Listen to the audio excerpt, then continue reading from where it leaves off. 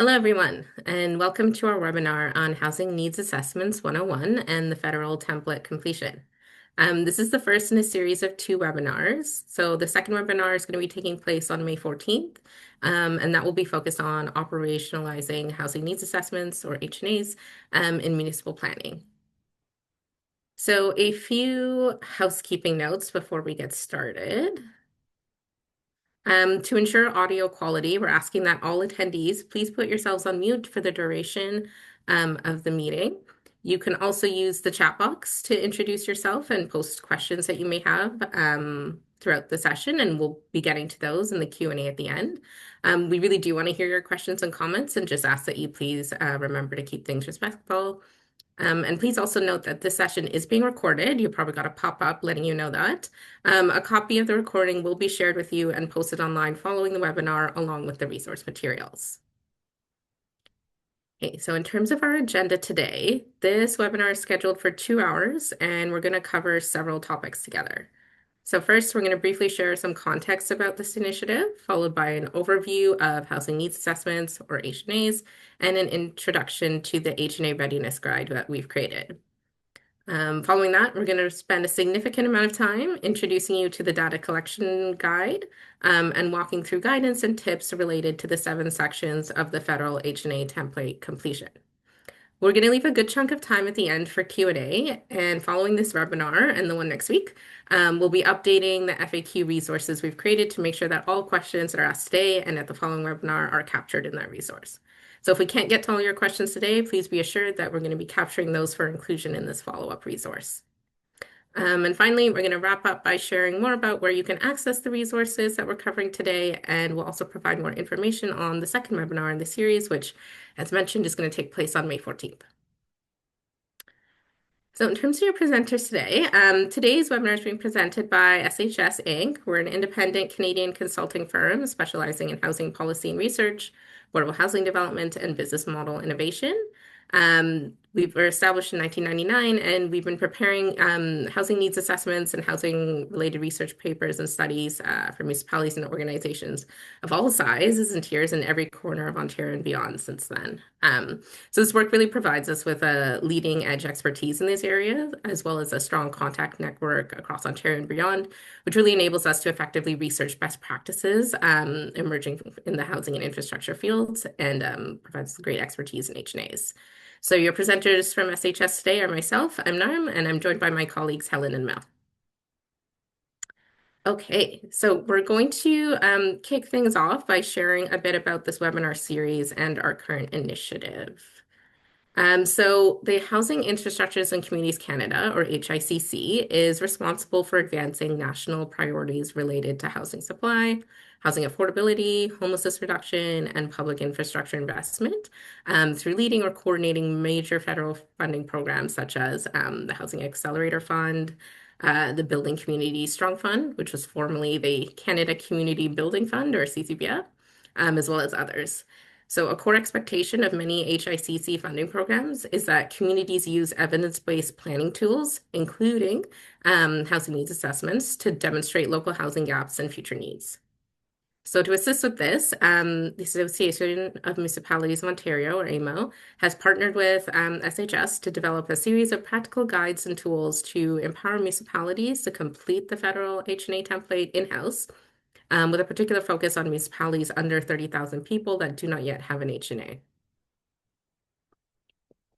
So we're working with AMO now to deliver these 2 webinars and supporting guidance materials to support smaller municipalities in this goal. Beyond just completing the HNA templates, though, this initiative is also focused on helping municipalities put their HNA findings into practice by integrating housing needs into official plans, asset management plans, and infrastructure planning, and also supporting the development of housing strategies and providing insight into housing needs and gaps. So this initiative is being delivered by AMO as part of its administration of the community stream of the Build Community Strong Fund, excuse me, to help municipalities navigate federal housing requirements and better leverage federal or provincial funding opportunities. This work really builds on a research report on the development of municipal housing needs assessments and their long-term use and planning that was completed last year and is currently available on AMO's Building Communities website. I'm going to pass it over to my colleague Helen, who will walk us through the Housing Needs Assessment 101 and an introduction to the Housing Needs Assessment Readiness Guide that we've created. Helen? Thanks, Norman. Hi, everybody. In this part of the webinar, we will introduce you to HNAs generally and to the components of the new federal template specifically. And then, as Norm mentioned, following this, we'll introduce you to the guide that we've created as part of this initiative to support municipalities in assessing their readiness to complete the template. So housing needs assessments, or HNAs, provide data to support evidence-based decision-making at the local and community level. An HNA helps a community gather critical housing data to guide decisions on the type and location of housing to build, as well as the infrastructure needed to service and support the community growth. An HNA allows a community to answer fundamental questions like, where does the greatest housing need exist in our community? How much housing, what size, and at what price point do we need to target to ensure that all current and future households can live in that suitable, adequate, and affordable housing that will meet their needs? And also, how can we set meaningful housing targets and measure progress to support the right kind of housing for all residents? So a comprehensive HNA generally includes gathering and analyzing data on demographics, economic trends, current housing stocks and their characteristics, government policies and incentives, and assessing infrastructure and service needs. The assessment will span the full housing continuum, from emergency shelters at one end through the market ownership on the other, and it considers the needs of current and future residents across all income levels. This assessment is very connected to Section 7 of the federal template, which is focused on long-term planning, which we will speak to in a lot of detail later in this webinar. So Canada's Housing Plan and Budget 2024 indicated that the federal government intended to use HNAs as a key evidence-based tool in the long-term approach to addressing housing needs across Canada. And so the federal HNA template was developed by HICC to standardize how communities assess and report on housing needs across the country and to support an integrated approach to housing and infrastructure planning. The government has made completing this template a requirement for accessing several major funding programs, and it provides municipalities with a significant advantage when applying for other programs. And we'll discuss these programs where it's a requirement or a good support in more detail shortly. HICC has positioned the federal HNA as a foundational tool for housing and infrastructure decision making. They help all levels of government, including federal, provincial, and municipal governments, to use this shared evidence base to inform investments in housing enabling infrastructure and to guide policy and regulatory decision making. It's important to keep in mind that this is more than just a compliance exercise. The HNA is a foundational planning tool that helps municipalities do a number of things, including establishing a locally grounded evidence base for housing policy and planning decisions, documenting housing gaps that can be used to advocate for provincial and federal investment, supporting applications for grants, development charge exemptions, and affordable housing funding. And it can inform official plan policies, zoning bylaw updates, and community improvement plans. And also help municipal staff and elected officials communicate housing needs clearly to residents and partners to help build that case. We want to stress that completing the HNA does not mean that municipalities have to solve or are expected to solve challenges on their own. The assessment helps staff identify what is needed to make the case for the resources, partnerships, and investments required to address local housing needs. So as I just mentioned, completing the federal template is required for accessing certain federal infrastructure funding, and it supports applications for both federal and provincial infrastructure funding. So this table highlights the programs and the associated HNA requirements for each of these programs. So for the Housing Accelerator Fund, or HAF, communities with funding agreements through HAF have been required to complete an HNA by year 3 of the program. On the community stream of the Build Communities Strong Fund, which, as Norm already mentioned, formerly the CCBF, it is encouraged for all municipalities, but required for single and lower tier municipalities with a population of over 30,000. Looking at the Canada Housing Infrastructure Fund, HNAs should be used to substantiate applications to this program by demonstrating the link between infrastructure projects and local housing need.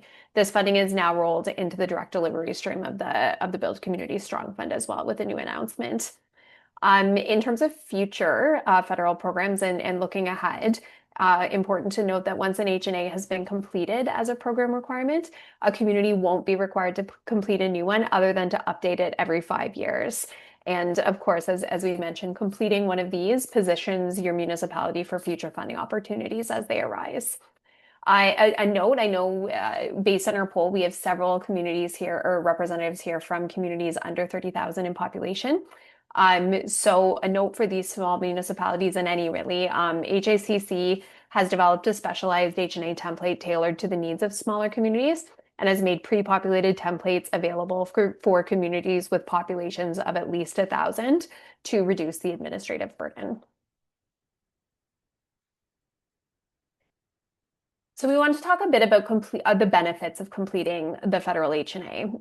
It offers many immediate and long-term benefits in the planning and delivery of housing for your communities. A comprehensive HNA enables your municipality to identify the unique housing needs and opportunities in your community. And identifying and documenting these needs through the template provides staff and council with a shared understanding of local priorities and a common language for discussing housing and shaping short and long-term priorities. In terms of resource allocation, it can inform your municipality around how it will allocate land, infrastructure investment, and financial incentives. And by identifying where housing gaps are most acute, municipalities can really prioritize use of community improvement plans, surplus land, and development charge exemptions, and other policy and planning levers to support the types of housing that are most needed in your community. And we're going to talk a bit more about real and hypothetical examples of these scenarios in our next webinar series, or not series, sorry, our next webinar in the series, which Nar mentioned it will be on May 14th. A housing needs assessment also gives your municipality a clear current picture of housing supply and a forward-looking view of housing demand. This evidence base supports better informed decisions in official plan reviews, secondary plans, and development approvals. And so by completing this HNA template, you can you can focus on responding proactively rather than reactively to development proposals, and you can use this to shape what gets built in where. The HNA can also support coordination with partners. It provides a shared evidence base for working with your upper tier municipality or DSAB, which may have housing services and social housing responsibilities. It highlights partnership opportunities between nonprofits and cooperative housing providers seeking to develop housing in the community, as well as Indigenous partners and communities with housing needs that intersect with municipal planning. It also supports partnerships and coordination with provincial and federal funders who require demonstrated local need before committing investment. Just a quick tip, municipalities that have completed HNAs are better positioned to respond quickly to funding opportunities.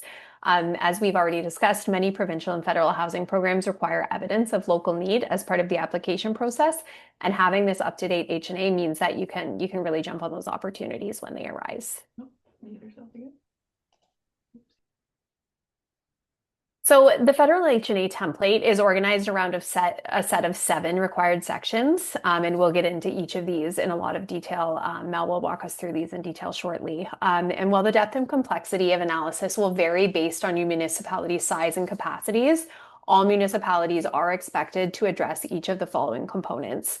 So the first section is a methodology section, which focuses on the qualitative and quantitative approach used to develop housing needs assessments. The second is the community profile, which is focused on population size and trends, housing composition, and demographics. The third is housing profiles and economic characteristics, which covers affordability conditions, core housing need, housing costs, and connections between local economic and labor conditions to housing supply and demand. And then is followed by priority groups, which focuses on housing need experienced by the 12 CMHC priority population groups, which again, we'll get into more detail about later in this webinar. The other sections are housing profile, which covers current housing stock, condition of housing, vacancy rates, supply, and prices. Projected housing needs and next steps, which focuses on identifying anticipated housing demand by type and tenure across a planning horizon, which is typically 10 to 20 years. And the final section is focused on use of HNAs in long-term planning, which focuses on how the community anticipates using and embedding the findings and results to inform their long-term planning and concrete actions needed to address these pressures and the anticipated growth pressures caused by infrastructure gaps. As I mentioned, we'll get into more depth about each of these components, as well as some of the specific areas that HICC has identified strategies and approaches they have seen used in particularly strong HNAs, as well as some of the common issues that they have identified that they have seen impact in the quality of HNAs they have reviewed. Section 7, the use of HNAs in long-term planning, is an area of particular importance, as well as an area where HICC has seen common challenges among municipalities. So this is an area where we'll spend significant time together when we're walking through the template in more detail. Just as a quick note on methodology and data availability, the federal template in HICC recognizes that small municipalities will face capacity constraints and data limitations. HICC has indicated that HNAs are not required or expected to present every requested data point for the document to be considered complete. What matters is that your assessment is honest, locally grounded, and clearly connected to planning decisions. You use the data that's available to you and acknowledge where gaps exist and why, and document your methodology. So as I said, we'll get into this in a lot more detail, but that point is really important, that instead of leaving sections blank, it's important to, note, acknowledge where gaps might exist and provide some of the context about why that may be the case.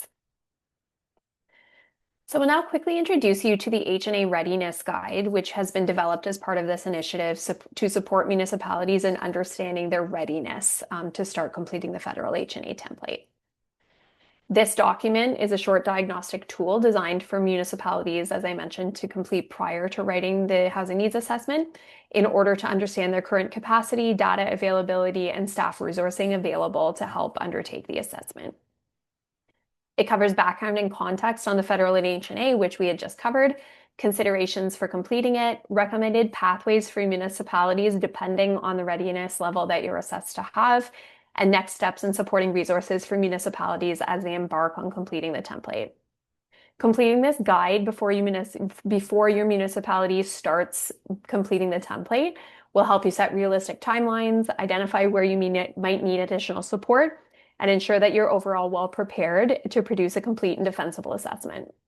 Before beginning your HNA, it's really helpful to reflect on the current readiness of your municipalities across 4 dimensions, and that's staff capacity, data availability, council and leadership support, and budget.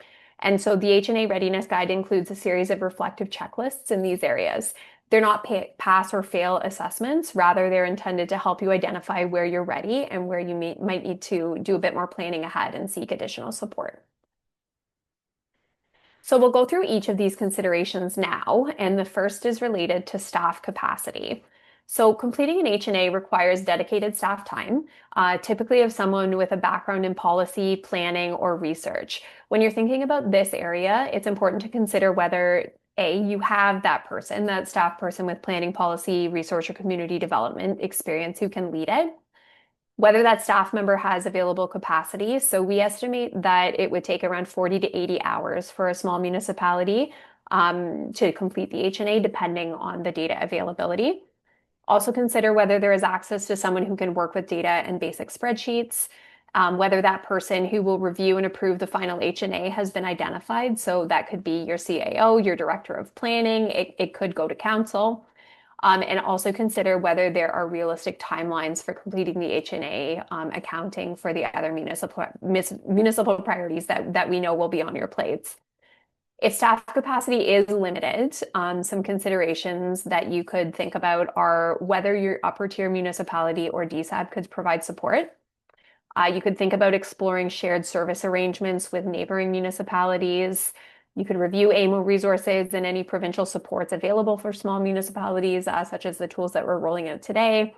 And you could consider scoping the HNA to focus on the most critical sections first and then supplementing it over time. The next consideration is data availability. So of course, the HNA relies primarily on publicly available data from Statistics Canada, the census, or CMHC and provincial data sources. Most required data is free and accessible online, and you can consider whether you have access to the most recent census data for your municipality. You should think about whether you have access and know how to obtain the CMHC rental market data, housing starts and completions data, which are available through the CMHC Housing Market Information Portal.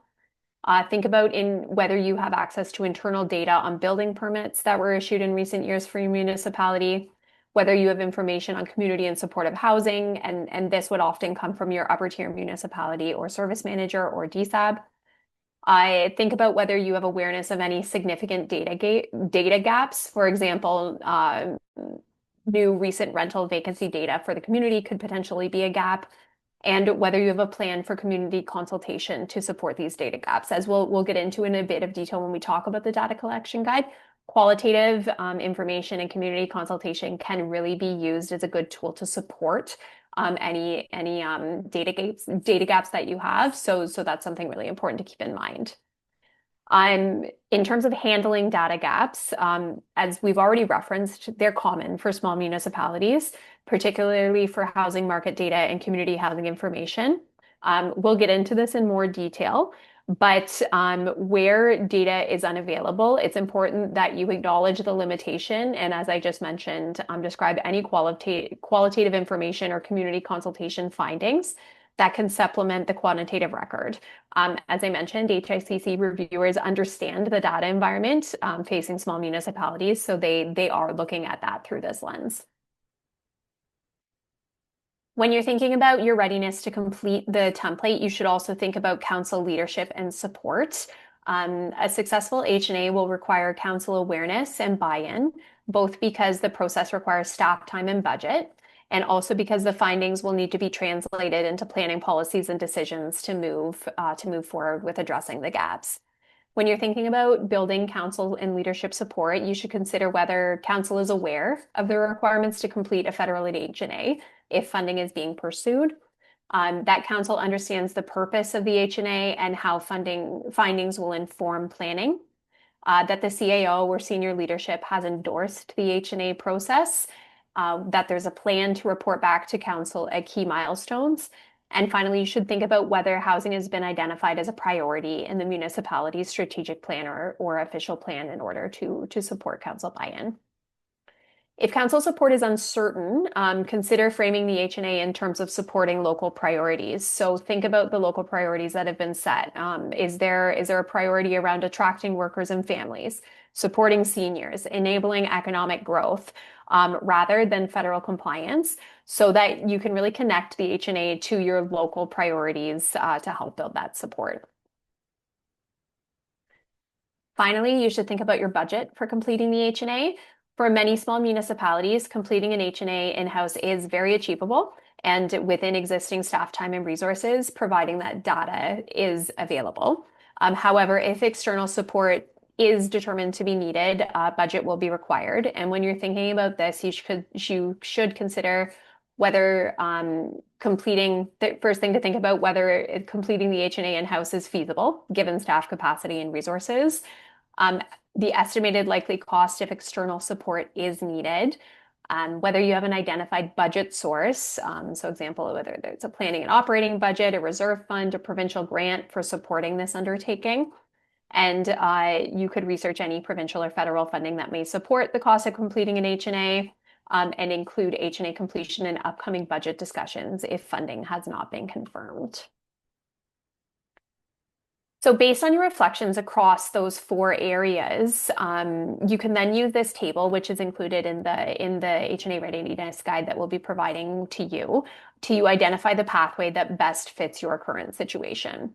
So if you have staff with planning or policy experience, access to the data you need, and council support and awareness, you are likely ready to proceed with this in-house. If this is you, you should think about beginning data collection using the data collection guide, which we'll talk about next, assigning an internal lead, and setting a completion timeline. If you have limited planning capacity, or if you know that your regional municipality or county has recently completed an HNA or has data accessible to them, or staff that could support you, you might want to consider reaching out to your upper tier municipality or DSAB for a partnership. If this sounds like the case you're in, your suggested next steps could include contacting your county or region's planning or housing department, requesting shared data or co-completion support, and reviewing regional housing strategies that are already in place. If on the other end of the spectrum, you have little or no internal capacity or no recent housing data, this is where you might want to think about seeking external support. And if this is you, you could explore AMO supports and provincial programs.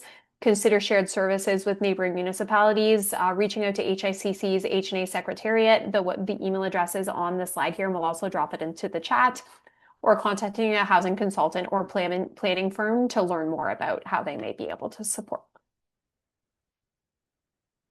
Once you've completed the readiness guide, there are also many resources to support you through this process. We will be providing a recording of today's webinar. It will be posted and available as reference material, along with the supporting resources that we're introducing today, which include the Housing Readiness Guide, which we just talked about, and a comprehensive data collection guide, which we'll tune to next, as well as an FAQ document and glossary to support you in your completion. As noted, we'll also be hosting a second webinar focused on operationalizing HNAs in municipal planning next week. This webinar will also be accompanied by an additional suite of resources focused on identifying gaps and a series of checklists related to operationalization and interdepartmental coordination.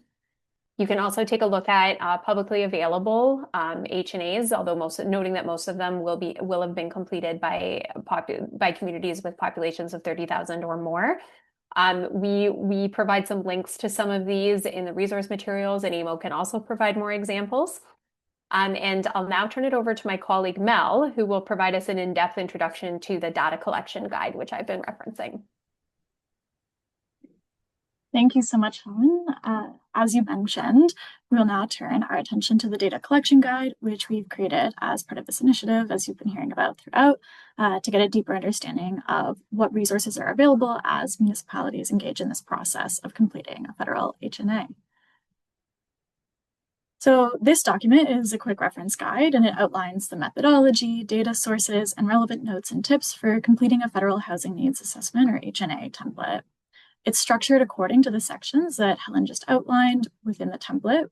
As a reminder, there are 7 of these in total, and it discusses the data required by the HNA template, identifying some typical sources for this data that are free, publicly accessible, the methods for accessing these, and a focus on how to handle data gaps. So for example, who to contact, how to handle in the document if the data is not available. We've mentioned this a couple of times of flagging where there are these data gaps and places where you can then supplement this with qualitative information, community consultations, etc. And it also includes, in this data collection guide, the types and options for community consultation. So we will now walk you through the key components of this resource and provide an overview of how to use this guide. Like the other documents that are referenced throughout this webinar, this is a guide that will be made available to all of you who are attending this session. So the first section is focused on methodology, and it requires a write-up of the methodology and assumptions that were used to develop the housing needs assessment according to the HICC guidelines. So there is some of that write-up that would already be available to you just by nature of accessing this template in the first place. The methodology write-up should include an overview of both the quantitative and qualitative methods used, as well as instances where data is not available due to limited resources, data collection issues, limitations on data, for example, suppression of data due to insufficient population for it to be disclosed ethically and legally. While different assessments may incorporate unique methodological elements or considerations depending on context, the following methods should generally be outlined. So quantitative research, such as economic data, population, and household forecasts, and then qualitative research, such as interviews, policy analysis, and stakeholder engagement. It should be stressed that both quantitative and qualitative aspects of the template are equally important. HICC has frequently turned down HNAs for insufficient qualitative analysis in sections 1, 2, and 3, so this is an area that requires particular focus. In terms of this qualitative aspect, communities will be required to engage with key stakeholders in the housing sector, including nonprofit housing providers, developers, and public entities, as well as those with specific lived experiences. In particular, there is a focus here then of the 12 CMHC priority populations that are referenced in section 4, and this is then used to develop a comprehensive HNA.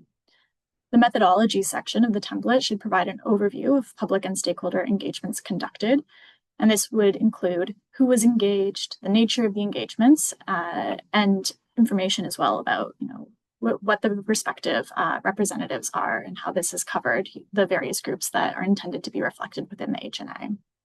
Some valid forms of engagement for small municipalities include public open houses, surveys, targeted interviews with service providers. So, for example, shelter operators, nonprofit housing providers, social services staff, and then additionally, consultation with Indigenous partners where applicable.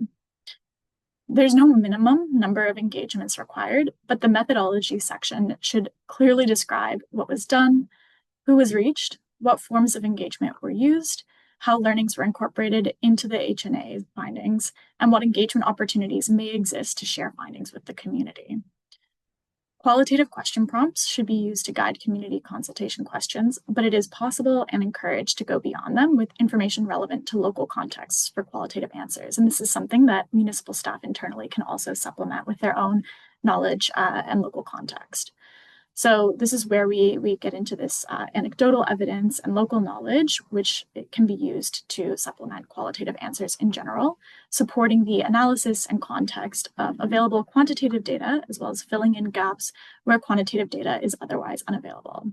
For example, staff can often provide additional context and knowledge to fill in data gaps and expand on qualitative information based on the data and the experiences that they have within their own departments and throughout the work that they've done across other methodologies and projects. So it's another way that small municipalities can reduce the capacity burden of HNA completion. Turning our attention to the quantitative methodology, this write-up should provide an overview of the data sources that were used for the completion of the federal HNA.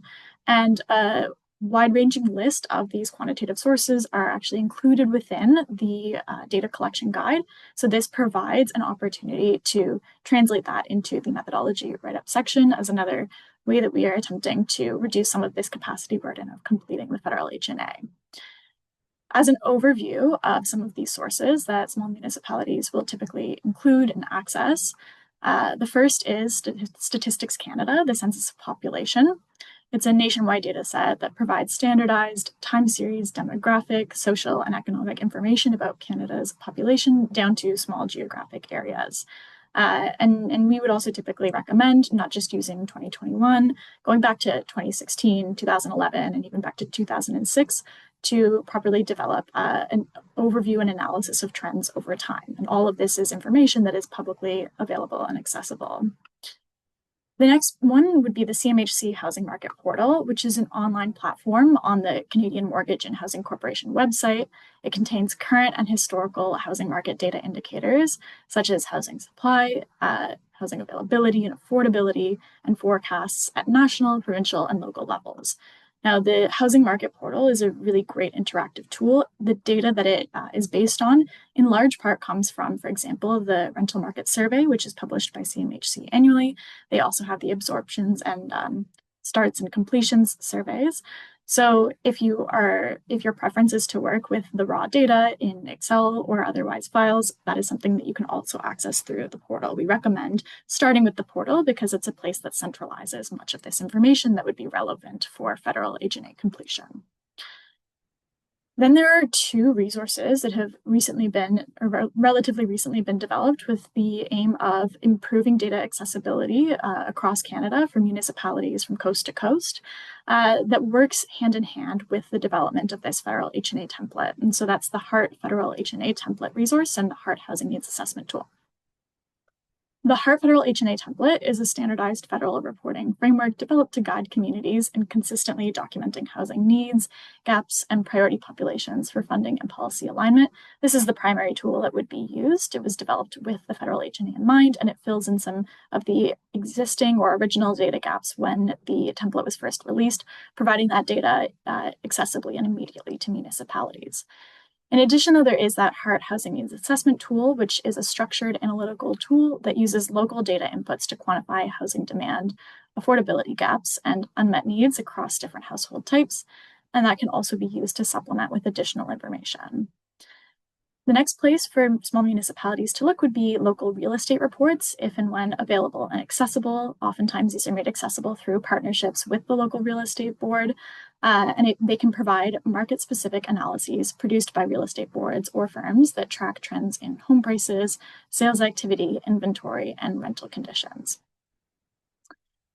Next would be municipal data. So there is some data that is pretty strictly collected at the municipal level, and this includes local and service manager or DSAB data, and can provide administrative and program data that is typically collected by municipalities and service managers that provides localized information on things like building permits, planning applications, housing supply, wait lists, homelessness counts, and infrastructure capacity. Finally, there's a new resource that will be launching very shortly, actually, on May 20th from CurbCut's Canadian Housing Observatory, or CHO. And it's an initiative that was run out of McGill University, integrating traditional housing data with other metrics of urban sustainability, such as land surface temperatures, bike path accessibility, and green alleys, otherwise known as these green pedestrian-friendly urban spaces. Recently, CHO received federal funding to expand this initiative nationwide and will feature some user-friendly visualizations, dynamic mapping tools, and educational resources. So that's another piece to look out for and see where and how this can be incorporated into the federal template completion. Municipalities may also wish to consult some additional data sources that we have flagged in the guide that will enable supplementing quantitative analysis, including, for example, the IRCC temporary foreign worker data, which provides administrative data published by Immigration, Refugees, and Citizenship Canada, tracking the number, characteristics, source countries, occupations, and locations of temporary foreign workers employed in Canada. And the Statistics Canada Labour Force Survey, which is a monthly household survey that provides timely data on things like employment, unemployment, labor force participation, and workforce characteristics across Canada and its regions.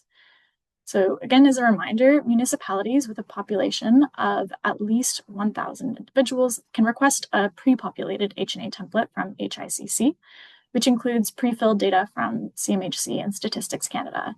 This significantly reduces the data collection burden for many sections. And in order to access this, you have to request the pre-populated template, which you can email the HICC Secretariat or the HNA Secretariat. The email address for this has been dropped in the chat already, and it will also be included in the data collection guide. Where pre-populated data appears to be either incorrect or outdated, municipalities should note the discrepancy and, where and when possible, substitute with more current data. And then clearly, again, using the same principles as has been outlined throughout, documenting both the source and the rationale. HICC has identified a few overarching methodological strategies and approaches that they have seen across strong HNAs. So these include things like leveraging existing local knowledge and combining qualitative and quantitative data to enrich your HNA's narrative. And then the use of existing engagement findings and anecdotal knowledge, as well as, if resources allow, incorporating new stakeholder engagements that are specifically geared towards the information requested from the federal HNA. Additionally, things like incorporating data that is used for housing and infrastructure decisions beyond what is required in the HNA template is something that has been considered very strong across certain responses, and then additionally so when it factors in the local context. This provides unique local considerations for housing issues and constraints. It's also important to note that additional consideration and methodology should be outlined regarding the quantitative and qualitative methods used for the aforementioned priority populations that are outlined in Section 4. So we will talk about that in more detail when we talk about Section 4. Moving on, so we were just talking about Section 1 and the methodology. Moving on to Section 2, it is focused on the community profile and trends, which are outlined typically at the population level. This profile actually begins the housing story through the lenses of community and household profiles using both qualitative and quantitative data. And information may include things like past benchmarks, present figures, and current growth rates at a local, regional, and provincial level. The table that we'll walk through now, and that is included in the data collection guide for most sections of this template, is organized by each subsection contained within the federal HNA template. So this type of table style is something that we will be walking through for the vast majority of sections. It notes the sources of data needed to complete each subsection, including whether it's provided by HICC, if it's publicly available, such as the Statistics Canada data, CMHC data, and HART data. and or any municipal data, which would be collected internally within your municipality. Links are provided to publicly available data as applicable, and notes are also included to describe how to complete each subsection. The first subsection in Section 2 is policy and regulatory context. And so the sources for this information typically include publicly available data and municipal data. It's a mix of the two. To complete this section, municipalities must write a summary of relevant housing policies to demonstrate that the municipality's housing goals and objectives are enabled by the existing federal, provincial, and municipal policy and legislative frameworks. This helps understand how local housing needs align with federal funding objectives. These documents are typically available online and will differ for each municipality. So as a broad overview of the types of documents to look out for consideration to include in the federal HNA, we've included a short list here of starting with the official plan. A particular strength then is if there are any specific housing policies, pulling those out and describing those in relation to the remainder of the HNA and tying it into housing and infrastructure is a strength. The zoning bylaw, any existing housing strategies or affordable housing plans, community improvement plans, CIPs, with housing components, any relevant upper tier or DSAB housing strategies or master plans, and provincial legislation such as the Planning Act and relevant provincial policy statements or plans, for example, the Provincial Policy Statement or PPS. These should be referenced where applicable. The next subsections are community profile and population changes. For the first, for community profile, data is provided via the filled-in template provided by HICC. So as a note, this is mostly Census 2021 data. Some of you may have already started receiving your envelopes for the 2026 census, so very exciting that we will very shortly be gaining access to more updated data. But as of now, this is filled in with 2021 data. And as a result, if there is any additional data or context that can be added that is more recent, or if there is the ability and the capacity to do some of that trending analysis over time, this is a flag here of what the existing data is that will be provided and how to supplement it. If you've not yet received your pre-populated template, you can email the HNA Secretariat. Again, this email we've dropped in the chat. If any pre-populated data appears either incorrect or it doesn't match your municipality's local knowledge, again, because it's been 5-ish years since the last census data was released, trends may have changed, and this may be something that is more visible in your local context. What's important to do at that point is to just note the discrepancy, substitute with more data, more current data where available, and any other additional local context that may supplement this analysis, and then describe the source and the rationale in your methodology section. Analysis for the next section of population changes is conducted with the data from this community profile section and can be supplemented with additional publicly available data from the Statistics Canada census population. So from the 2016 iteration, 2011, 2006, so on. Section 3 of the federal HNA template covers household profiles and economic characteristics and provides a snapshot of the housing profile and economic characteristics of the community, which highlights factors influencing housing demand. In this section, a general overview of income, housing, and economic characteristics of the community are assessed. Understanding this data assists in the observation of the incidence of housing need among different socioeconomic groups within the community. The first subsection, household profiles, is provided via the pre-filled in template from HICC. Apologies. So there's no further work that needs to be done under this section. Analysis for the next subsection, household profiles context, is built upon 3.1 and is based on the data from the household profiles. And it can also be supplemented with additional data from the census. This is followed by suppression of household formation in section 3.3. This refers to the concept of household suppression, refers to individuals or groups who would prefer to live independently but are unable to do so. This is typically due to housing costs or availability, and instead they are often sharing accommodations with others. So some examples of this might be adult children living with parents, or multi-generational households that are formed out of necessity rather than choice. So measuring suppression can help to estimate this hidden housing demand that does not show up in current household accounts, but does represent a genuine future need. And it ends up feeding into, for example, household projections. This data is available through the HART Federal HNA template, which can provide data on headship rates by age cohort and the estimated household suppression by age cohort. So this data is publicly available, and it's about incorporating it in effectively and with any additional local context that may inform these trends. The next subsections are focused on economic and labor conditions, households in core housing need, and any additional data. The data for the first, economic conditions, is provided in the filled-in template from HICC. Analysis related to labor conditions is then conducted on this economic data, and again, it may be supplemented with additional data from the census.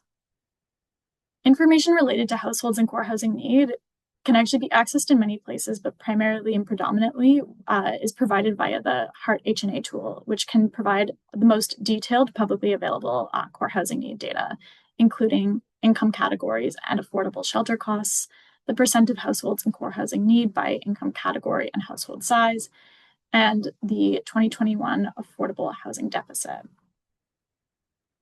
Finally, Section 3 concludes with a subsection for additional data, which is an optional section for municipalities that have access to supplementary local data, whether this is through publicly available data from any of the aforementioned sources or anything else that has been published via council reports, for example, are a good place to look, or it could be unpublished internal municipal data. Beyond what is captured in the standard template is kind of what this section is looking to address and to add in. If there's anything else that speaks to household profiles and economic characteristics that can be used to supplement the narrative that's being built in this HNA. So some examples of additional data that may be relevant include things like local housing surveys or community needs assessments conducted by the municipality or a community organization, and community housing waitlist data, which is typically available through the service manager or the upper tier municipality, the DSAB. And this should or could include wait times and household type that are on waitlists. Section 4 addresses priority groups. So there are 12 groups that CMHC defines as priority population groups for affordable homes. And these are groups who face a proportionally far greater housing need than the general population. There's an additional one group that has been added in that is flagged within the template as well. So these priority population groups are women and children fleeing domestic violence, seniors aged 65 and above, young adults aged 18 to 29 years, Indigenous people, racialized people, recent immigrants, especially refugees, the LGBTQS plus community, people with physical health or mobility challenges, people with developmental disabilities, people dealing with mental health and addictions issues. So for these three categories that I've just described, you'll note that they align with categories that Statistics Canada uses in the collection of data from the census. And then as well, veterans and people experiencing homelessness. So there's also this 13th group then of women-led households and specifically single mothers, a group that has been implied and called out within the National Housing Strategy, which targets a 33% with a minimum of 25% of funding going to housing for women-led households. Excuse me. This section first focuses on core housing need by priority population, which, as previously mentioned, the HART HNA template is one that has the most detailed publicly available core housing need information, so it can be accessed through there. It then also addresses the incidence and severity of homelessness, which are established primarily through point-in-time counts and by name list data.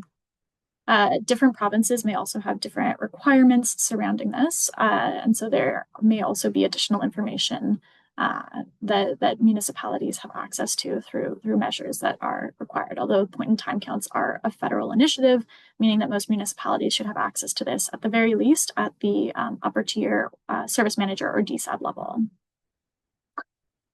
So point-in-time counts, as mentioned, are implemented under this federal Reaching Home Canada's Homelessness Strategy, and typically are conducted every 3 years. Pit count data can typically be accessed, for example, through publicly available reports to council.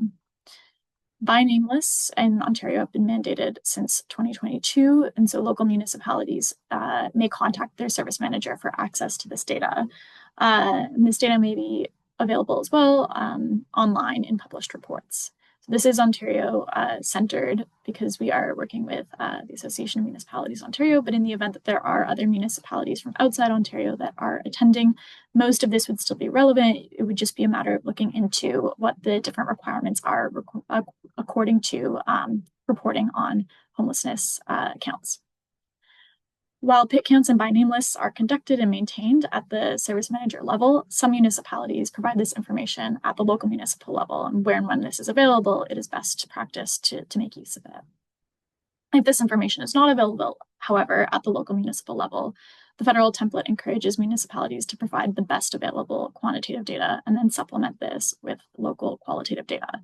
So if you're a lower tier municipality and the only available data is from the service manager, this is considered sufficient. It's better to use it than not, and then supplement with any nuance or intricacies that are particular to your local context to further flesh that out. Section 4 continues with local factors contributing to homelessness and temporary and emergency relief resources. The first, local factors, is typically informed by the upper tier municipality, or DSAB, through consultations conducted for the development of housing and homelessness plans.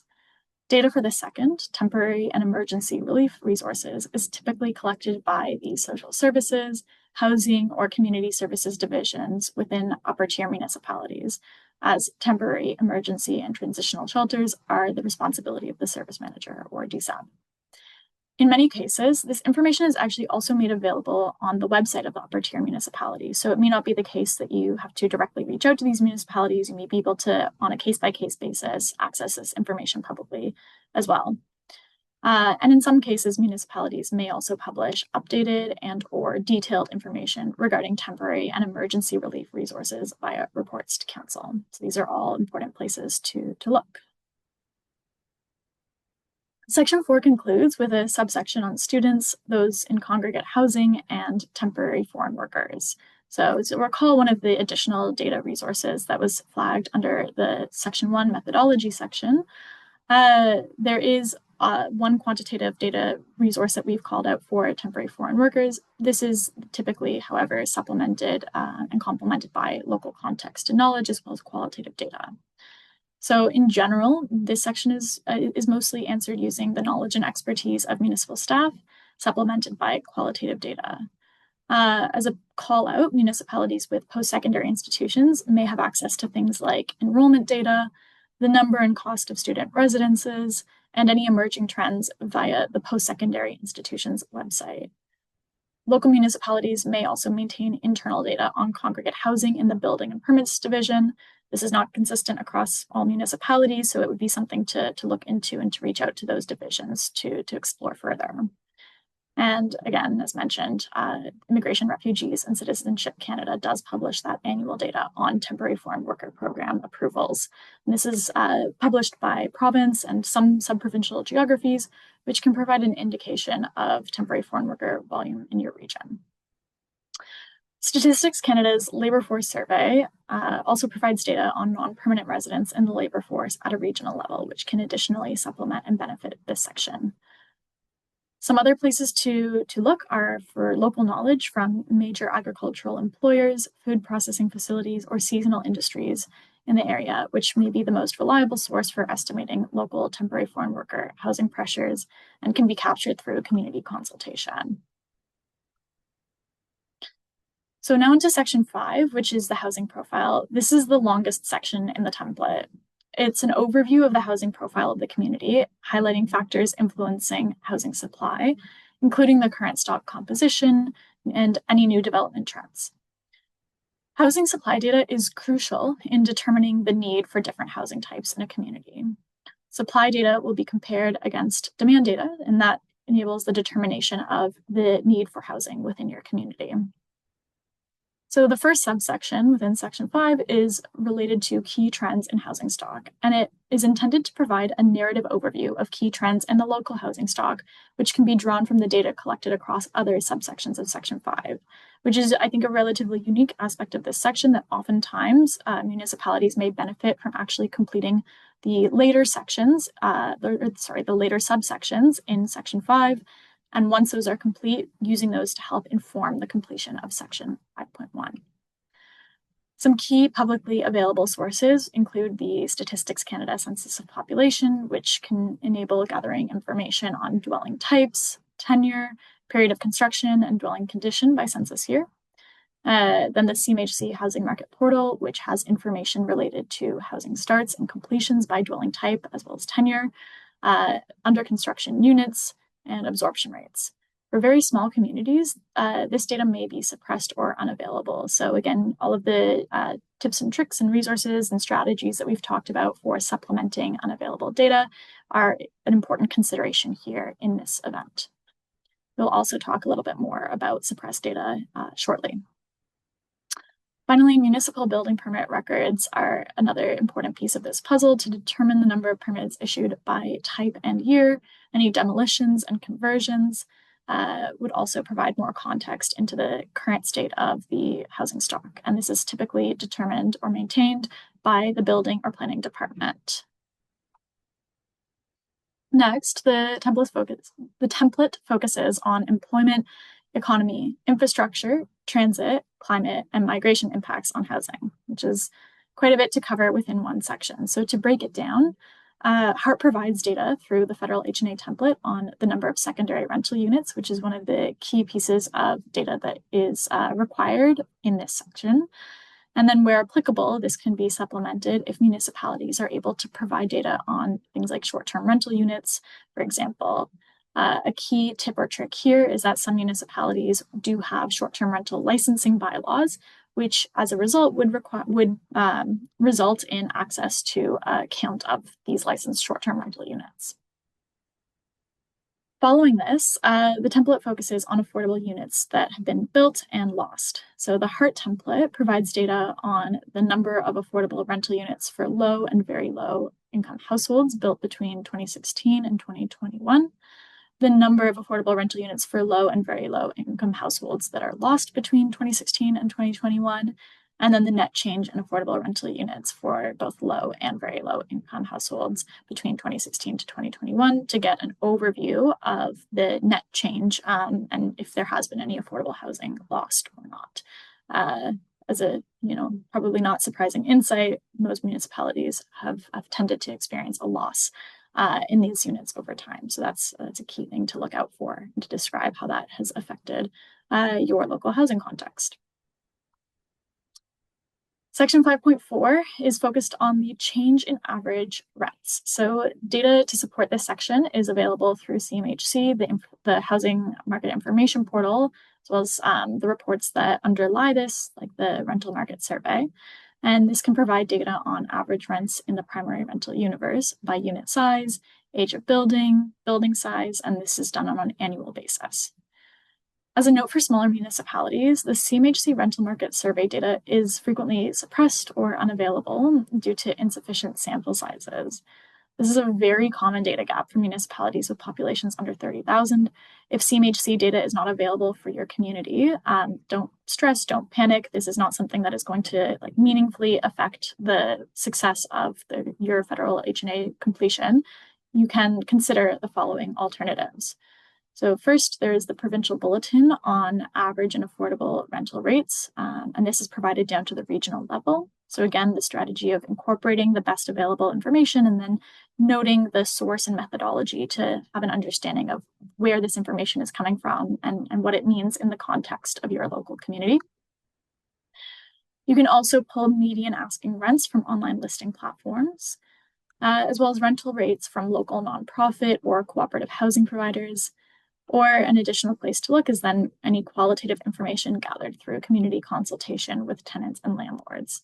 Again, as noted, HICC understands that data limitations are a real challenge for smaller municipalities. However, any data gaps or proxy sources can and should be used, are encouraged, and then should just be clearly noted in your methodology section. The next subsections focus on change in vacancy rates and change in core housing need trends. The first can be informed by data from CMHC, which provides data on vacancy rates for rental units in the primary rental universe by unit size per year, rental units in the primary rental universe by rent range per year, and rental units in the primary rental universe by age of building per year. So as previously noted, CMHC survey data, including vacancy rate data, is frequently suppressed for small communities. In fact, this is often also suppressed for even larger communities. So using that approach of when the rental universe is too small to meet survey thresholds and when data is unavailable, municipalities can note the absence of a formal primary rental market or sufficient data for vacancy rates and then supplement with qualitative information. The following can also serve as qualitative indicators of tight vacancy conditions. So, for example, feedback from property managers or landlords that are gathered through consultation, anecdotal evidence of low turnover, or the absence of rental listings in local markets. Again, this is expected and it should just be acknowledged in the methodology section. In terms of change in core housing need trends, analysis should be conducted on owner and renter core housing need trends, and this can be accessed using data from the Statistics Canada Census of Population. So the next two subsections are non-market housing and affordable and community housing options. For non-market housing, data will come from a variety of sources. HART provides data on, and these are all referencing data points that are explicitly called out for within the template. HART provides data on the number of rental housing units that are subsidized, the number of occupied housing units that are below market rent in the private market. This is calculated as housing that is affordable to households earning 80% of the area median household income. So area median household income, or AMHI, is the way that HART breaks down households into different income categories. And then in this case, the number of occupied housing units that are below market rent is calculated as housing that's considered affordable to households earning 80% of AMHI. HART also provides information on the number of cooperative housing units. Service managers are responsible for maintaining data on the number of permanent supportive housing units, any transitional housing, and rent supplement programs. So this is an important item to reach out to upper tier service managers or DSABs to gain access to some of this information that would be housed internally there. Once again, some of this information may also be made publicly available through reports to council and can be accessed in this manner. Local municipalities are responsible for maintaining data on below market or affordable housing units. So in terms of affordable and community housing options, this section is typically answered using the knowledge and expertise of municipal staff, including awareness of any additional supportive and accessible housing. Municipalities will collect and maintain this data to different degrees. So, assessing what is available within your own local context is an important factor here, and then supplementing with any necessary or helpful qualitative data. Finally, section 5, again, longest section in the template, so we're still going here. It includes a subsection on housing trends. Local real estate boards can often provide data, average and median home sales prices by dwelling type on an annual basis. However, many small municipalities are not served by a local real estate board that publishes these public-facing market reports, and individual MLS transaction data typically requires access through a licensed realtor. So where local board data is unavailable, the following alternatives may be used. First, the Canadian Real Estate Association, CREA, publishes monthly national and provincial level statistics at crea.ca.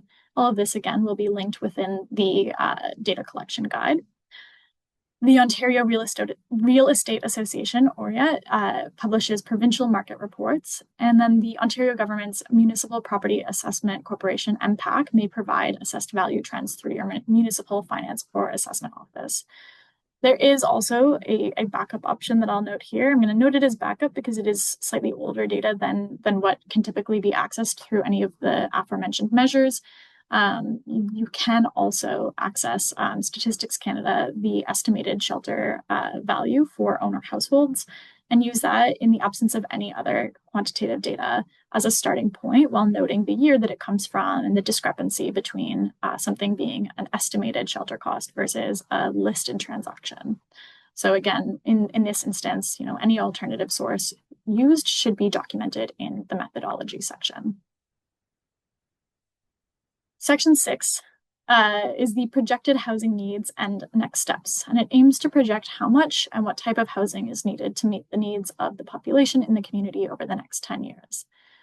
This section provides or projects population trends from the previous 10 years, divided by income category and target housing costs while considering migration trends.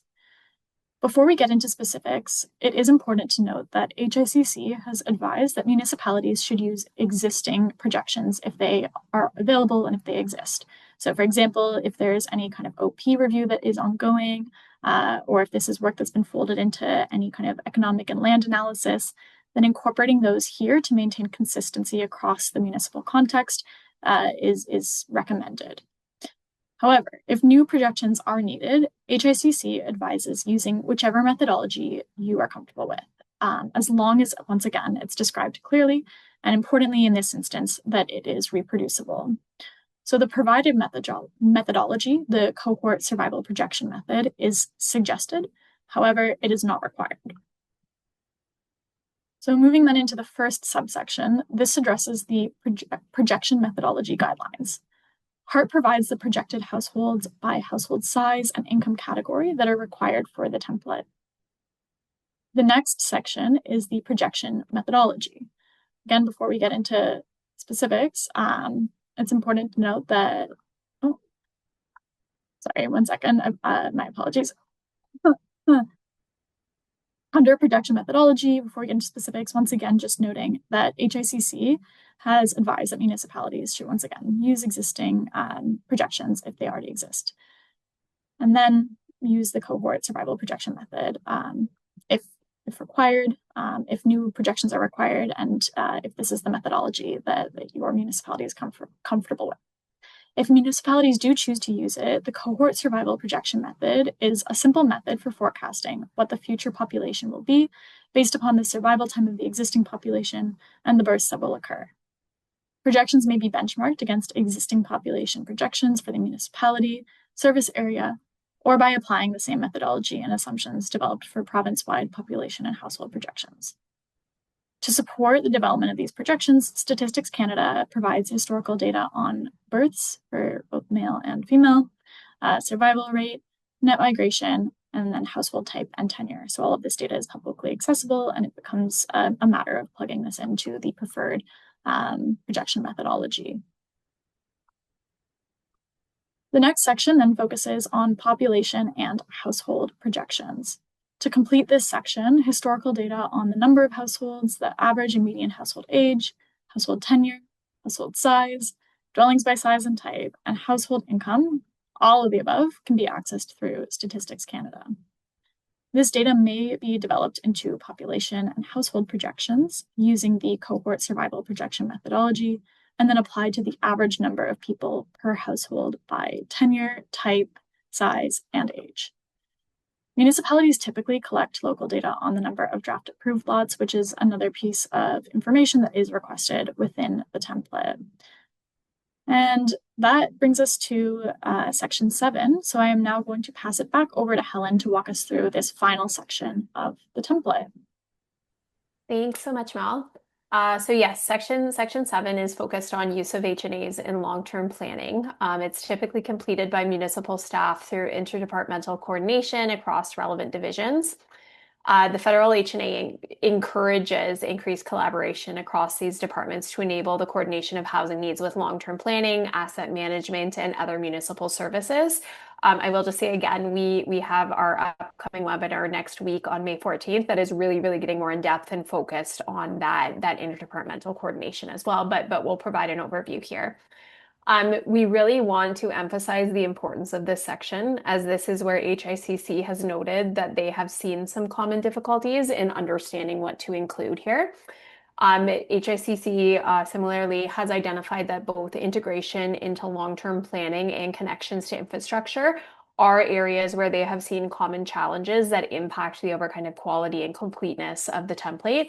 And to address this, they recommend that municipalities pay close attention to the legislative and regulatory context identified in Section 2 that Mel spoke to help identify where HNAs can move from providing analysis to supporting actions when considering future uses of the findings and integrating these into long-term planning. In terms of making connections to infrastructure, HICC recommends that throughout your HNA, you really consider where housing outcomes are linked to infrastructure to clarify which investments can best support more supply and affordability. So remember that HNA is a requirement for HICC infrastructure funding programs, as infrastructure is a prerequisite for funding. So with those kind of caveats and introductory remarks in mind, we're going to go through some key considerations related to long-term planning and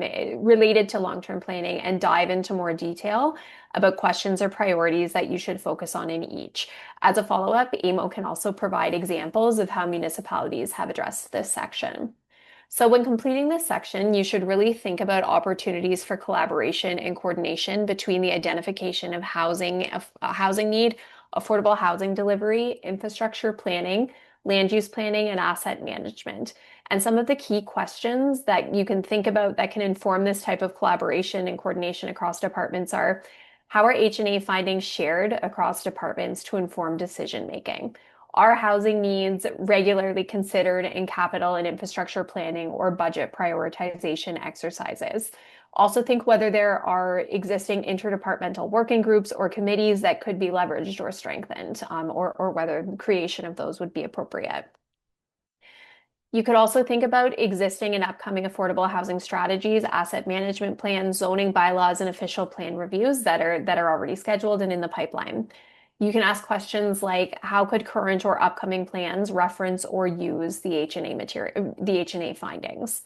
Can housing needs be identified in the HNA? Can they inform growth management, intensification targets, or land use designations?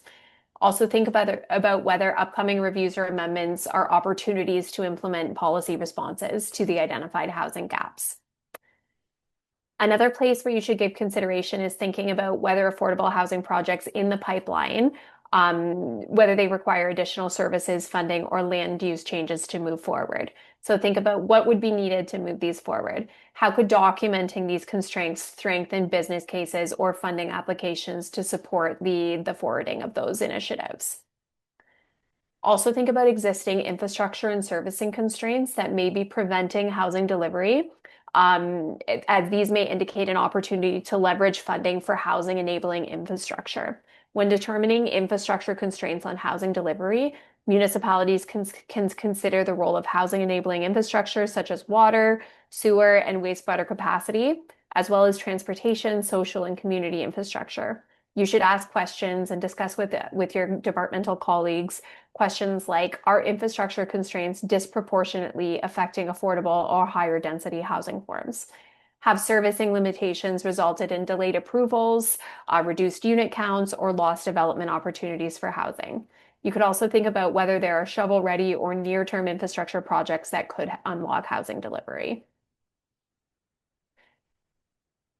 Municipalities should also think about connections between specific housing gaps.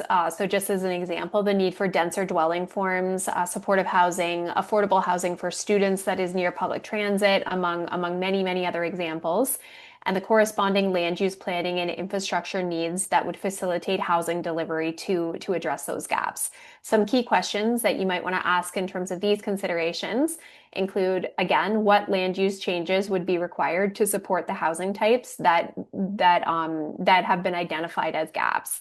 What role do lower and upper tier municipalities play in facilitating these identified changes? Are there opportunities to coordinate infrastructure delivery with upper tier municipalities? Think about whether the required infrastructure servicing and community services being considered or provided, do they support housing need? Infrastructure gaps identified by the HNA you should strive to align them with project prioritization. And think about where mismatches might be occurring between designated land use and available servicing. and whether there are opportunities to co-locate housing with existing or planned infrastructure and services. You can also think, as you're completing this section and having these discussions, about linkages between the housing needs assessment findings and the municipality's asset management plan. So we know that municipalities are required to maintain asset management plans that address all infrastructure, including both housing enabling and housing preserving infrastructure, and the annual costs associated with these for the next 10 years. Where housing gaps identified in the HNA are linked to infrastructure deficiencies, so thinking about water, wastewater, residential development, documenting this connection in Section 7 strengthens both the HNA and future infrastructure funding applications.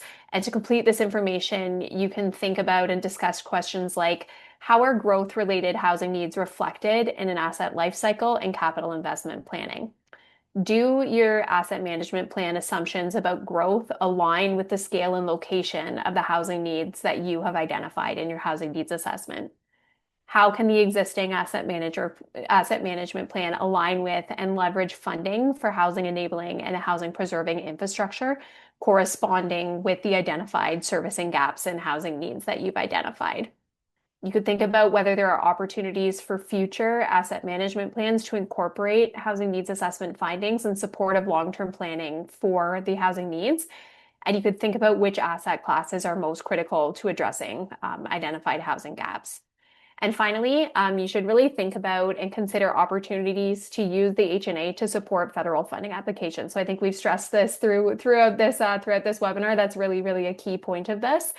Infrastructure gaps identified in this section, particularly those that are preventing or limiting housing delivery, can be directly connected to project selection and reporting under the new community stream of the Build Community Strong Fund and the Canada Housing Infrastructure Fund. So really, really keeping that in mind and thinking about how you can make those connections and how those could strengthen and support your federal funding applications. So we would now like to open the floor to hear your questions, and I know that quite a number of you have already put some questions in the chat already. As we previously noted, we are creating a frequently asked questions document about housing needs assessments as part of this initiative, and we'll be updating it to include questions that come up in this session. So we've already created a document that we think are a lot of the common questions that we've heard or that we anticipate people might have based on our experience working with municipalities in this area. But as mentioned, we'll update it after today and after our webinar next week to ensure that any questions that you ask us are included in there. Also, if you have questions that come up after today, we will put AMO's website up on the final slide of this webinar. So if you have questions that come up afterwards, please don't hesitate to forward those on, and we'll make sure that they get included in the frequently asked questions resource as well. So please feel free to continue using the chat function to ask your questions. We'll try to get to them all, even if we don't. We'll include them in the frequently asked questions document. I will just also flag that we do have representatives from both AMO and HICC here today. So there already are some questions in here that we're going to be asking HICC to speak to. And if you have other questions that for AMO or HICC, they'd be happy to speak to them as well. So I am just going to pull up the chat and go through an order of some questions that have come in already. And then as you're listening, please feel free to drop some others in here. So the first question that came in was, will the pre-populated federal template be updated after the release of the 2026 census results? Assuming the census data is released in October or November of this year, would it make sense to hold off on completing an HNA since the new census data could paint a very different picture, especially given that the last census data was during the pandemic? So I may turn that to colleagues at HICC to hear your thoughts on that. Hi, yeah. So can everyone hear me? Okay, perfect. Yeah, I can field a few of these questions for sure. And I mean, that's a very good question. Also, I'll just briefly introduce myself, Martin Mateus. I work with HICC with the Housing Needs Assessment Secretariat as a policy analyst, and have been involved in a bunch of the work regarding HNAs. But regarding the updates, I don't want to say whether specifically I can't like tell you what you should do in terms of holding off or not, but what I can tell you in terms of the updates is that yes, we are planning to update with the new census cycle, along with just trying to just streamline as much as we can the template to make things as user friendly as possible. The one thing to consider is for sure that while it's census 2026, like I'm sure I just got my letter, for filling out the census. So it will take a bit of time to actually get that information back to StatCan, and like it's once we actually have that information and StatCan has it published, that's when we can actually start to implement it in the new template. So there will be a bit of a lag. It's not like it's going to be out in 2026. We're thinking, a bit more 2027. So just to keep in mind, but it's also possible to begin working with some initial planning, perhaps, to compiling maybe existing internal documents, so that there is some initial work that you can do if you do want to hold off with the updated data, because of course, there are considerations like, 2021 had the interesting COVID situation. So, it'll be interesting to see how 2026 data looks like. Thanks very much, Martin. And there's likely a few more questions coming your way as well. Yeah, so valid. thanks. I'll just stay open here. Okay, so I'm just going to work through these as the order they came in, but please keep putting them in the chat. So someone had asked, and Chris from AMO had answered, but I can just highlight this answer for everyone. It's my understanding that that counties are not required to complete an HNA. Is that still correct? The answer to that is that the county is not required under the allocation-based community funding stream, so formerly the CCBF, but encouraged per Section 8 of the funding agreement. And nevertheless, it would enhance or support any provincial or federal applications-based funding. And I'll pause there, Chris or Aaron, if there's anything else you wanted to add to that, or the folks from HICC.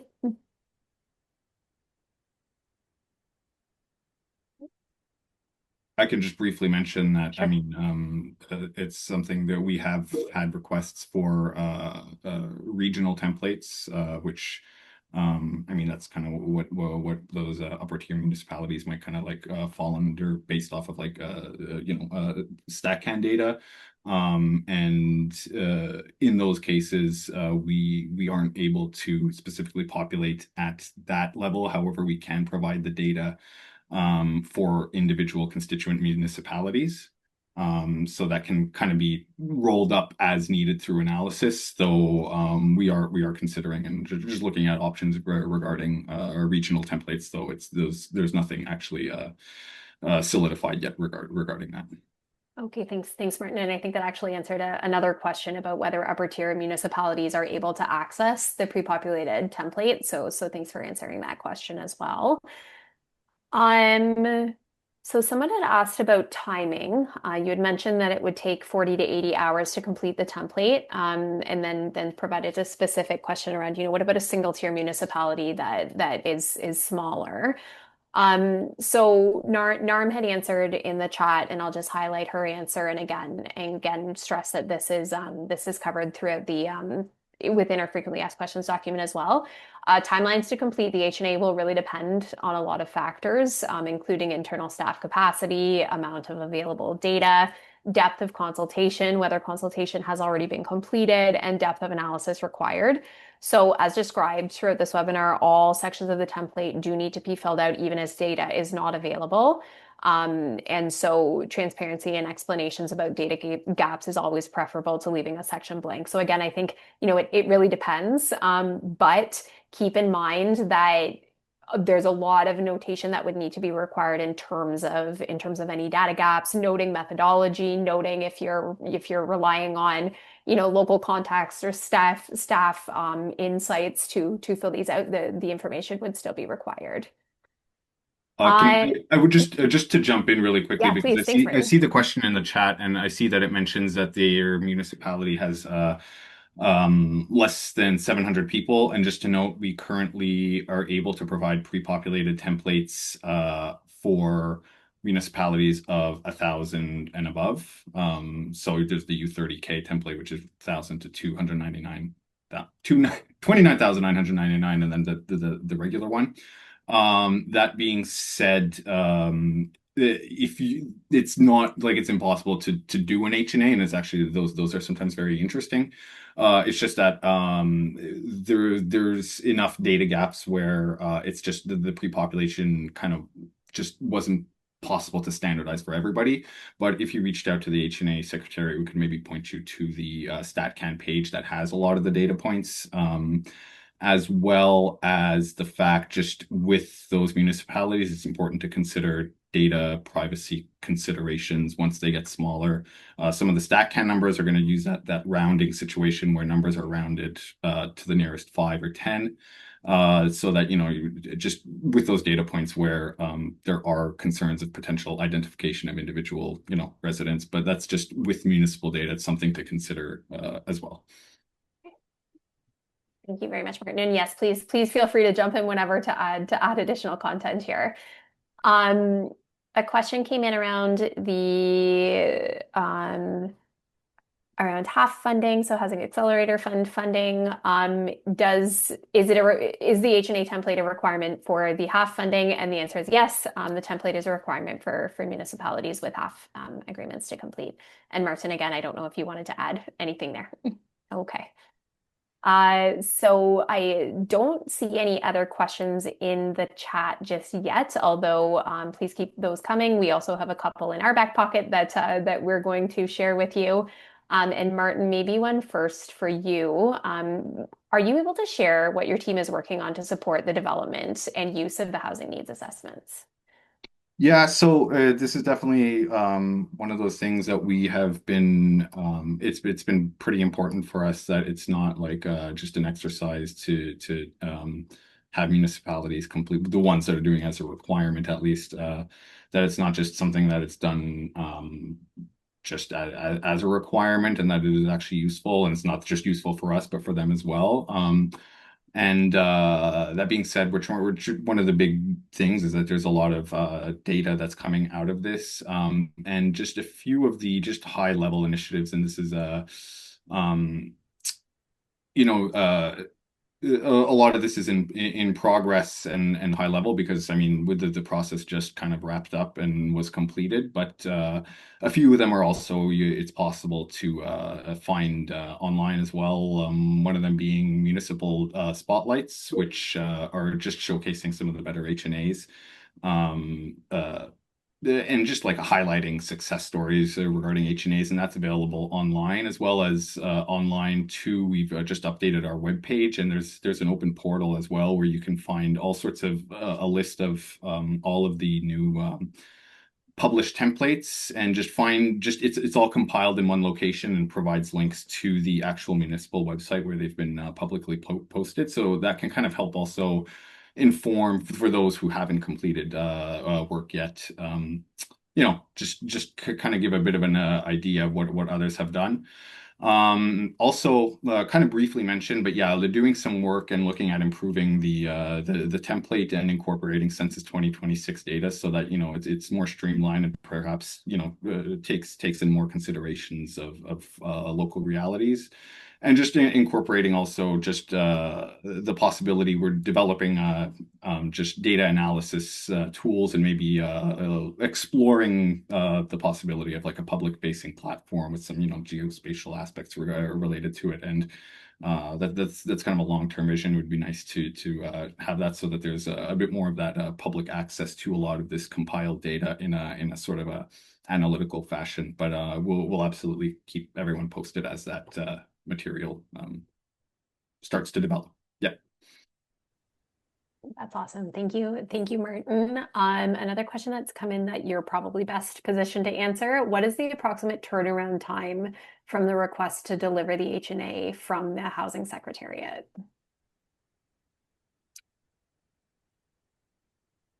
From the request, If that's in terms of a request for a pre-populated template, if that's how I understand it. I think that might be it, although that question is from Caroline. Caroline, if you have any more details on that question, please feel free to drop them in. I think it's about the request about the pre-populated template. Yeah, we tried to reply within just 5 business days regarding yeah. Okay, thanks. And yes, Caroline, thanks for clarifying that.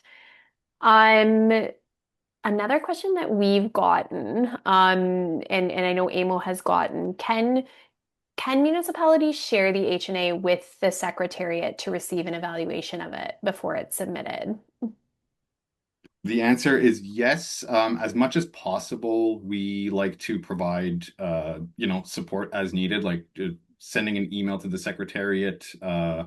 Again, we try to reply as quickly as possible. We monitor the inbox daily, and if there's like specific questions on how to complete a part, we can try to provide as much, feedback as part related to best practices, and the same goes for if there is like kind of drafted material. We're always happy to have a look and review, and obviously not going to do the work, but like to try to provide as much insight and feedback, and even like we've looked at all of them. So if there's like some other HNAs that have similar type of considerations, kind of pointing them in that direction, as well as just we're always happy to set up a call if need be as well, just to discuss things. So.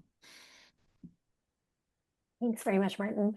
And thanks, Mel, for pulling the screen up. So I don't see any more questions coming in, although please do feel free to keep them coming. When we started this exercise and we started designing these materials, we kind of got together and put our heads together as the SHS team in terms of, well, what questions do we typically get? Like what are the most frequent questions that we often hear from municipalities that we're working with? And these kind of several of the ones here kind of bubbled to the top. I mean, not just these ones. We do have more, but we picked out a few that we thought might be worthwhile to discuss on this webinar today. One was around, we've answered some of them, so I think we've answered the timelines one.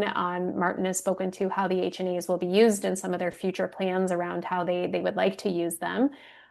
Building council support is something that comes up quite a bit. And so just to speak to that, it's very important to keep council informed and supportive of the efforts to complete an HNA. Municipalities are encouraged to brief their councils early in the process to explain why these are required, what the process involves, and how findings will be used. A short report to council at project launch sets the expectations and builds support for downstream policy actions. So really working to keep the council informed. We will speak a bit about messaging for council and messaging for different audiences at as part of our next webinar as well. Data suppression. I think, Mel spoke about data suppression quite a bit when speaking about the data collection guide, but this is a question that comes up for us quite a bit. Really the guidance is instead of omitting the analysis due to suppressed data, municipalities are encouraged to use county, region, or DSAB data as a proxy. Really note the limitations clearly and supplement with local knowledge. So waitlist data, service provider input, information from your staff. Transparency about data gaps is always preferable to leaving a section blank. I think that's a really important point that having that acknowledgement in there is a key part of what HICC will be looking for. Population projections. I know this is an area we often hear a lot of questions about, how do we do this if we're not demographers? If municipalities are not comfortable moving forward with custom population and household projections, they are encouraged to use projections that the county, region, or DSAB may have already prepared, reference provincial growth forecasts, or use CMHC and Stats Canada tools. If your municipality does decide to pursue an external consultant to develop custom projections, really make sure that they are providing you with the methodology and that is clearly documented so that it can be explained in the template, because this is a key priority within the template. And it should make it clear to the reader how the projections were determined. We can also speak a little bit about community consultation, as this is an area that frequently comes up, and I think that HICC has received a lot of questions on as well. And Martin, again, please feel free to jump in with any additional comments for any of these questions. So around the question of whether community consultation is required, the extent and depth of community consultation is not explicitly outlined in the template, but consultations with the community and stakeholders are strongly recommended to develop a full understanding of the housing needs of the community, especially with priority populations that Mel had spoken to. Particularly in smaller communities, so this is getting back to the conversation around data gaps and how to address those. Qualitative data assists in developing perspective on housing conditions where these gaps or data suppression exists. Even a brief survey or stakeholder roundtables add credibility and can fill in data gaps that are not covered through administrative sources. And Martin, I'm not sure if you want to add anything else related to community consultation or stakeholder engagement. Yeah, no, that covers it. Well, for the most part, it's something that I mean, it's mentioned in the template, and it's highly encouraged. It's not required. Again, it's like there's two sides of the coin, right? Sometimes data gaps for let's say smaller communities, community consultation might be something that's really great in terms of filling that data gap. Of course, also it takes a lot of resources, so. If that's something that's like beyond capacity for like deep engagement, then it's understood as long as you're able to respond to the needs of the template and provide adequate analysis. That being said, notice that there are a lot of municipalities, and a trend of good HNAs are ones where like they've actively pursued doing that community engagement because they are getting those different perspectives. And there's been cases where they kind of they've submitted an initial draft, and then they just tell us that they actually want to just add to it afterwards because of the fact that for their own purposes they want to do it, because it really does provide some of those varied perspectives. But Okay. long answer short, no, not required, encouraged, and it can be very helpful. Okay. Thanks, Martin. Another question that, I think we've already spoken to here, but just want to stress again, some sections may not seem relevant to your municipality. Can we skip them? And to take, I think, Martin's approach, short answer, no. Longer answer is instead of skipping them, you're encouraged to include a brief note explaining the limited applicability. So you could say, for example, our municipality has no purpose-built rental stock. This section identifies this absence as a gap, or whatever your community context is. And this, by completing it in this way, it'll show that this issue was considered and not missed. And so you can speak with that. Yeah, and really, I think the key point here is that, I mean, and this is a bit something that I just wanted to mention in general about the HNAs here is also like we're really trying to find this balance between comparability and standardization with local reality, and sometimes there is that slight not every community is very different. So, and the intent of the HNA is really, again, we want it to be useful for municipalities, but also have something that can be rolled up and compared in a way that's not like using all sorts of different methodologies and data points. But yeah, in terms of the actual like relevance of certain questions, maybe depending on contexts, something won't be specifically relevant. But yeah, it's like just kind of that qualitative piece and answering the why, and in that way, it's not like you have to write a whole, thesis for that one, just like just a brief explanation of why that might not be relevant, and then just kind of showing that line of thinking. Okay, thanks very much. I don't see any other questions in here, so we may move on. But I will drop AMO's website that I'm sure all of you have, but just as a reminder into the chat here. If you do have further questions, please don't hesitate to forward them, and we will ensure that they're incorporated into this frequently asked questions document, which is now displayed on your screen. So this resource is something that we are working on developing. We're supplementing after today's webinar as well as next week's webinar to include those really common questions that we have heard or that we anticipate that municipalities may struggle with about HNAs organized by topic. It will also include some guidance on common pitfalls such as incomplete data or unrealistic projections. In addition to the resources we talked about today, so the HNA Readiness Guide, the Data Collection Guide, and the Frequently Asked Questions document, We will also be sharing a glossary or plain language guide to support you in completing your document and understanding some of the terminology that you may come across. All of these, along with a recording of today's webinar, will be available on the AMO Building Communities website soon. And you can also reach out and explore the HNA Secretariat to learn more and to request your pre-populated template. And again, we have shared the information and that will be available in the resources we provide as well. So yes, Erin, you beat me to it. You can register here for our second webinar, which is next week on May 14th from 1 to 3 p.m. As part of that webinar, we will be identifying housing gaps, operationalization checklists, and interdepartmental coordination as our main areas of focus. If you are unable to make it, a recording of that will also be posted after the fact, along with the supporting resources that we've developed for each of those areas. So we thank you very much for your time today. We hope that we answered many of your questions. As mentioned, if you have more questions or would like more support, don't hesitate to reach out to AMO. And we hope to see you all here with us next week again. Thanks very much.